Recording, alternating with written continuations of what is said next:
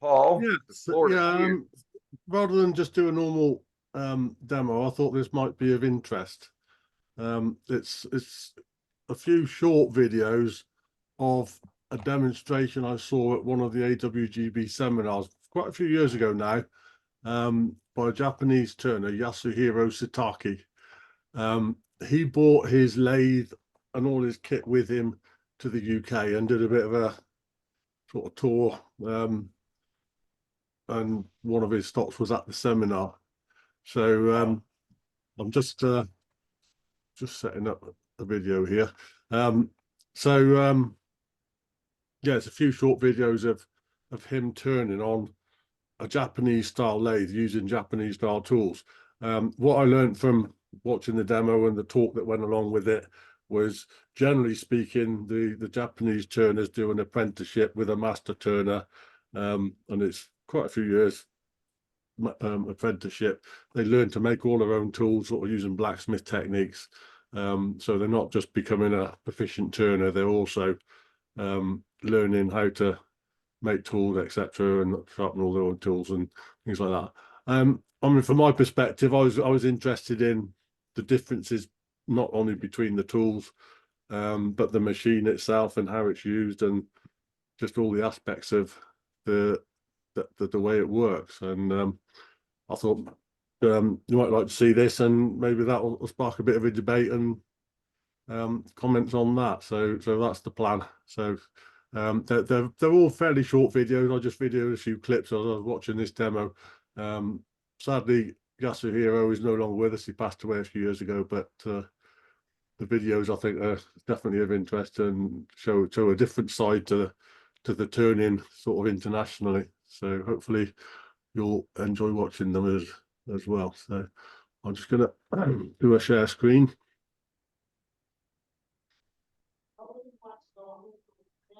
Find the right one there.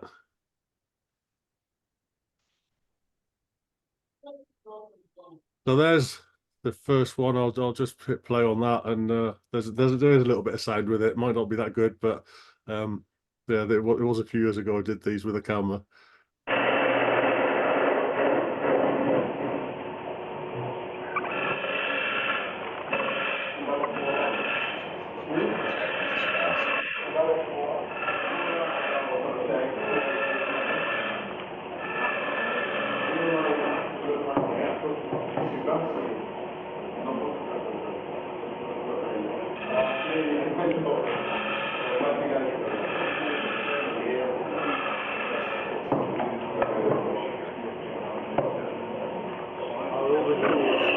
The sliding progress.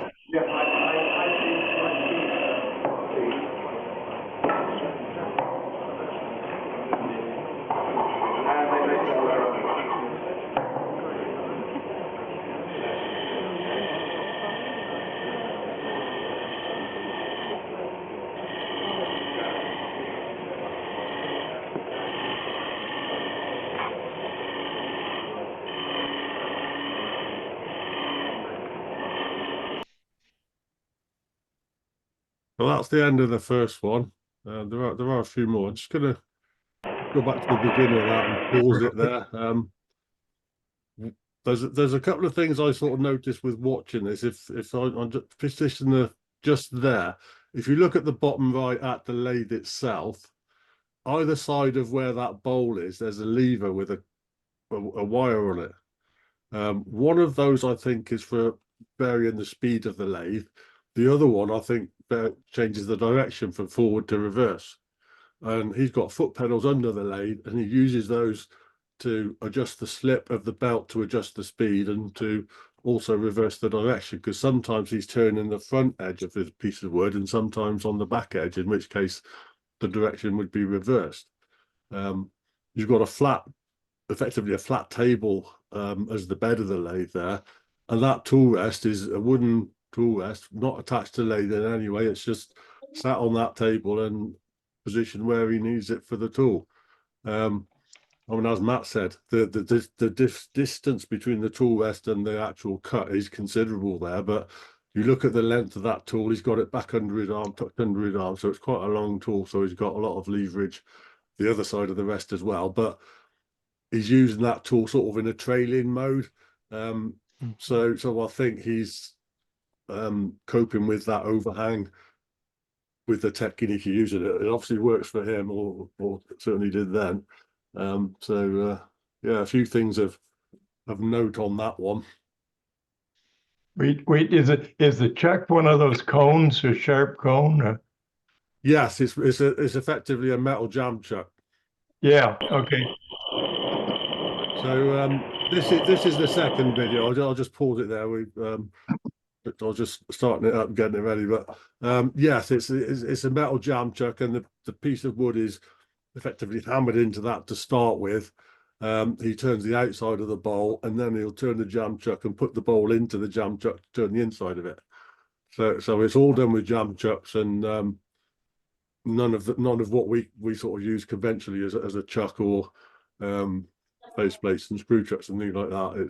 It's largely sort of simple jam chuck technique. All friction fit. But anyway, I'll play the second one.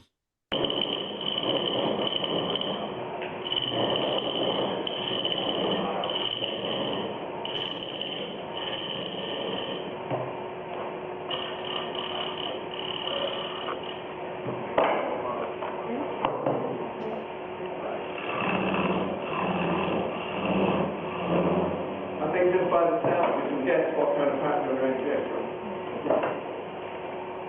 Not pattern, but figurative.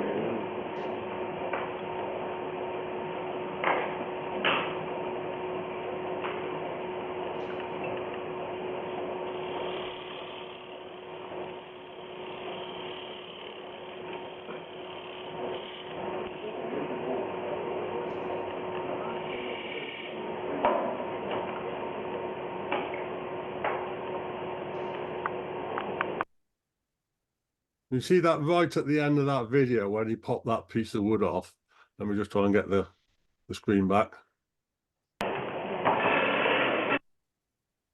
Right at the end there. Let it catch up. No, not going to see it.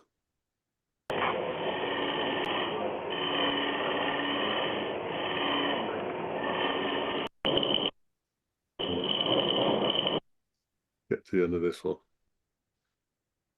There, where he takes it off, you've got a wooden block behind it with effectively a few pins. So that bowl was actually pressed onto those pins, and that piece of wood is in the jam chuck.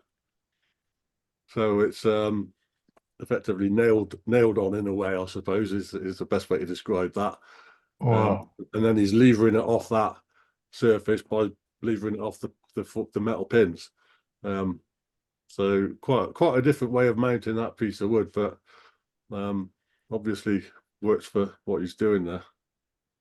Before he took that piece off, he had like the end of a ruler or something. Is that a scraper or something? That there, I think it's just a lever. No, but he was using it as a tool before that. Oh, right, He was yeah. checking for flat.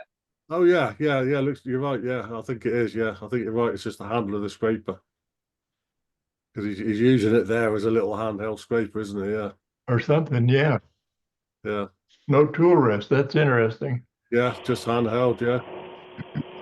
I've seen that done before. I've not really tried it myself. I remember watching Mark Hancock in the UK doing a demo, and he just used an ordinary cabinet scraper on a lathe without it being on the tool rest. It was just handheld and trailing, and he was cleaning up, I think, the inside of a bowl or something like that with it. I have done that also, using standard cabinet scrapers that we here in the West use.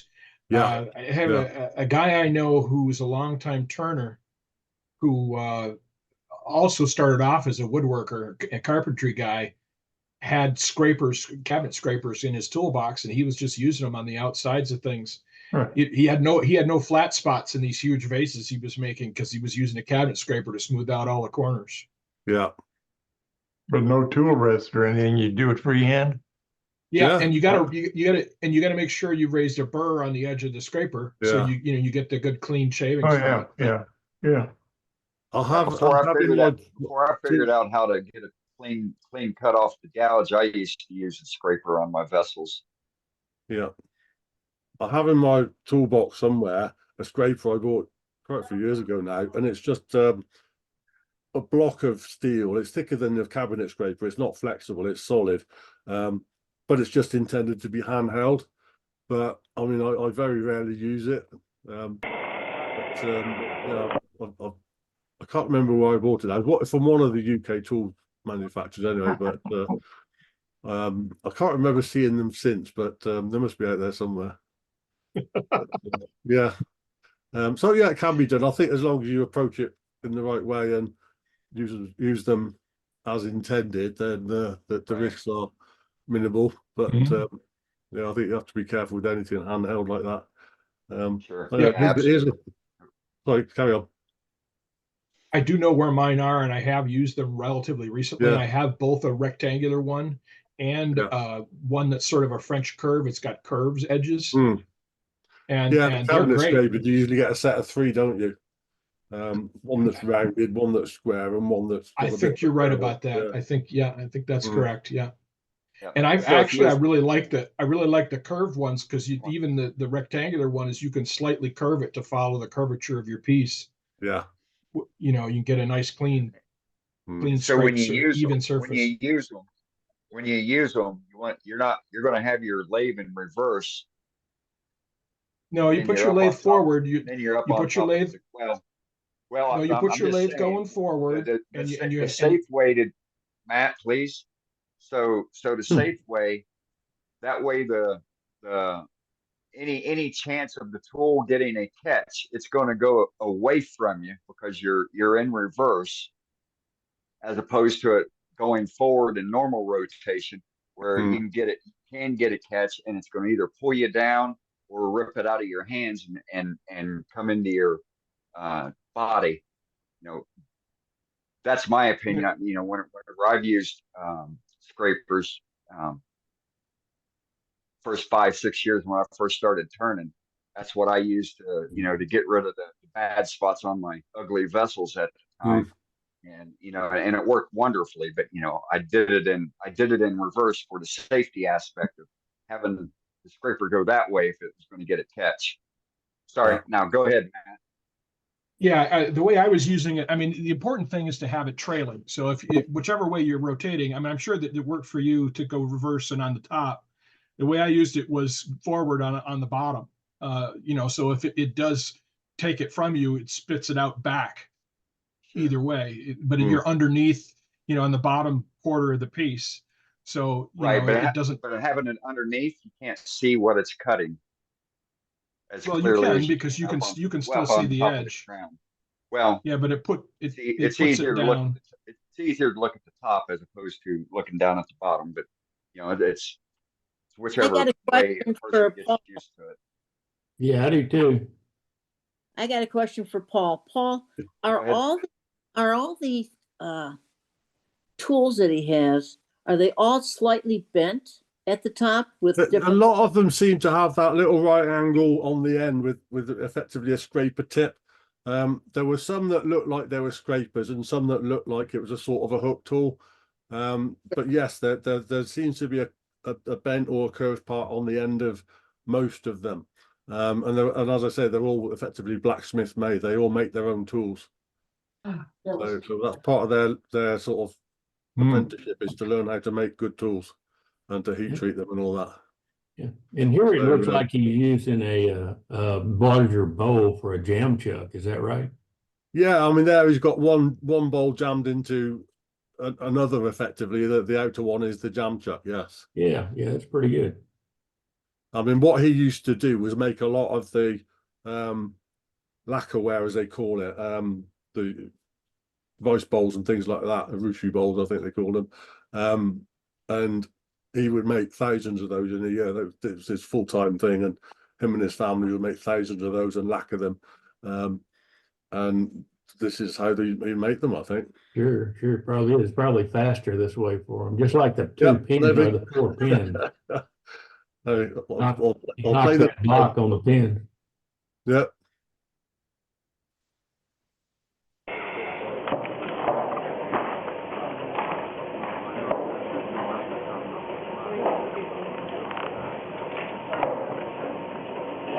And you're right, Martin. This guy's But probably you see done now it that several lay's times. running the other way and he's cutting at the back. Yeah.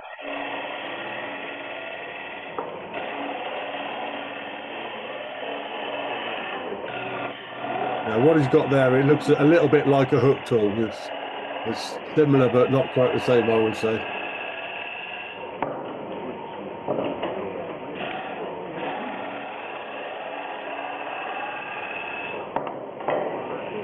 See there in the front of that shot there, you see the tips of a few of those tools.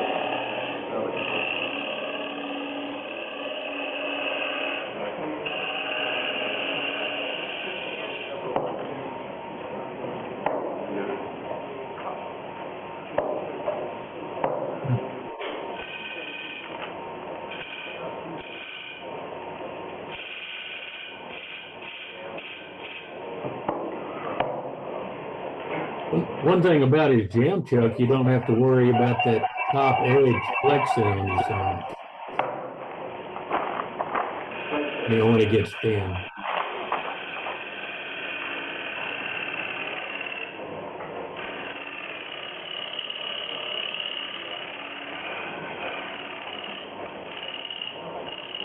Cut so well.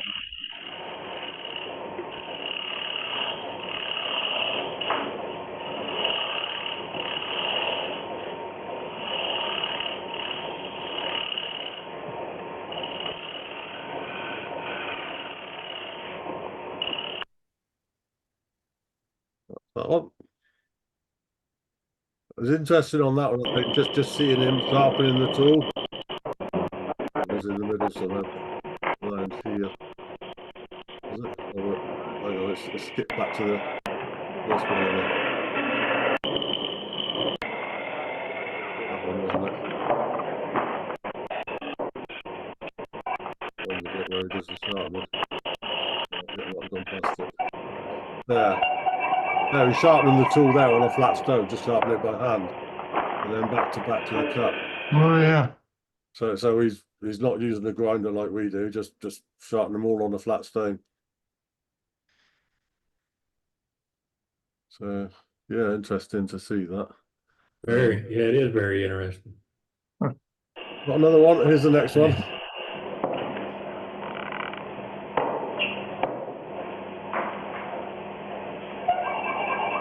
So he appears to be dipping that in water or oil or something before he sharpens it. If you had if you had 20 to 25 degrees but much lower humidity, it wouldn't cure.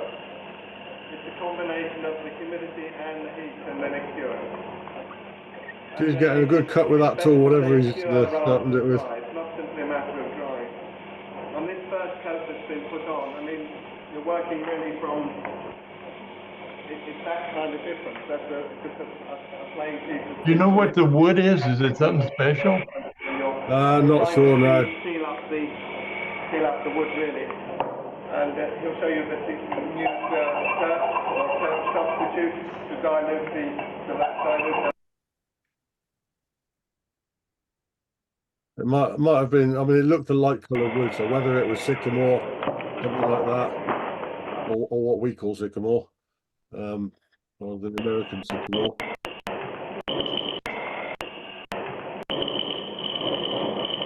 Looking through. I'll find the next one.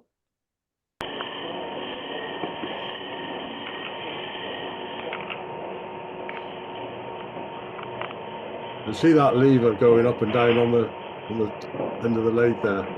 He's actually changing the speed of rotation.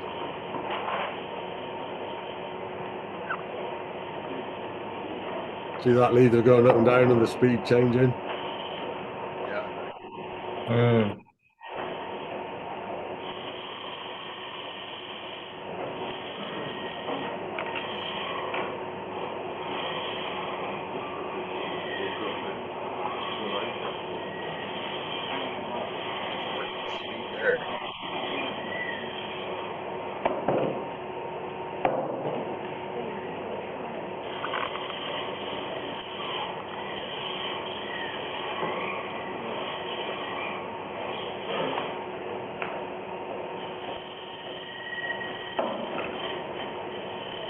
I think because it's turned quite thin, he's adjusting the speed to minimise any vibration and resonance there.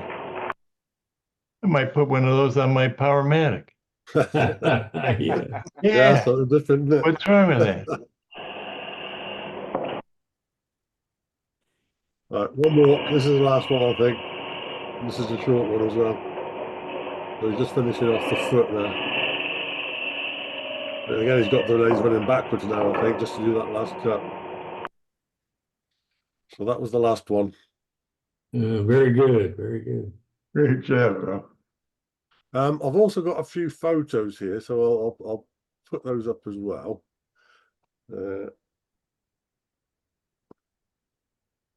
Hopefully they should appear. So these are he brought some pieces over and put them in the the traveling gallery at the seminar. So I'll just switch my screen share now. So he never standard them, did he? He went straight from there to finish? Yeah, it just seems to be a cut off the tool, basically. Yeah, that's the finish. Wow. But get a very No injury to clean see. finish on there. But is it that one? Is it that one? I'm just trying to find the right window. Seem to have this open twice up for somewhere. Paul, what was his name? Yasuhiro Sataki. I'll spell it if you like. Never mind. Right, can you see that? Oh, Yeah. wow. Those were a few of his bowls, and they're lacquer.